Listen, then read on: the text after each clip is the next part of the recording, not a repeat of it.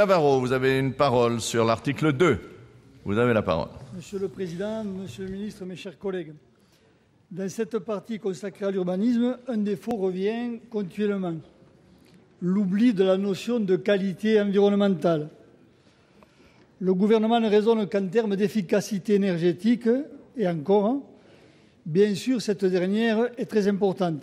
Mais je voudrais vous rappeler ici le rôle de la beauté, de l'art, du cadre de vie, dans l'épanouissement de tous.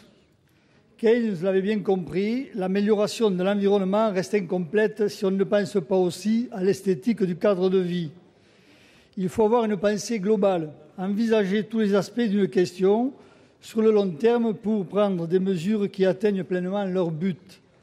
C'est pourquoi notre groupe propose de nombreux amendements visant à prendre en compte le cadre de vie bâti.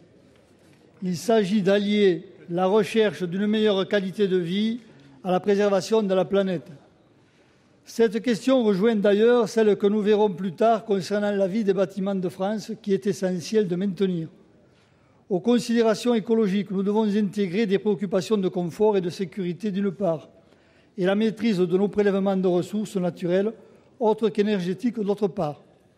C'est pourquoi nous défendons dans nos amendements à ce deuxième article une vision qui ne se limite pas aux seuls travaux d'isolation et d'amélioration énergétique. C'est aussi pour améliorer la qualité de vie de nos concitoyens que nous souhaitons une prise en compte par la loi des conditions de travail et de l'environnement des salariés. En effet, certains travaux peuvent avoir pour conséquence de diminuer la surface habitable et de réduire les espaces de travail.